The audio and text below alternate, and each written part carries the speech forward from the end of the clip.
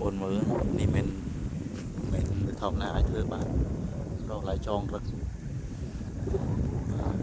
nó rau nó việc mình lại tròn mình đau nhá này nghe nhá này nhá là từ tròn rừng cho à mấy thun nước màu nè từ đâu tiết này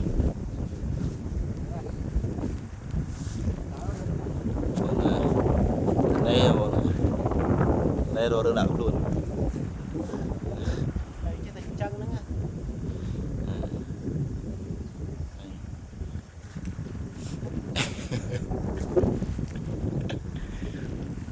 ê mấy túi mày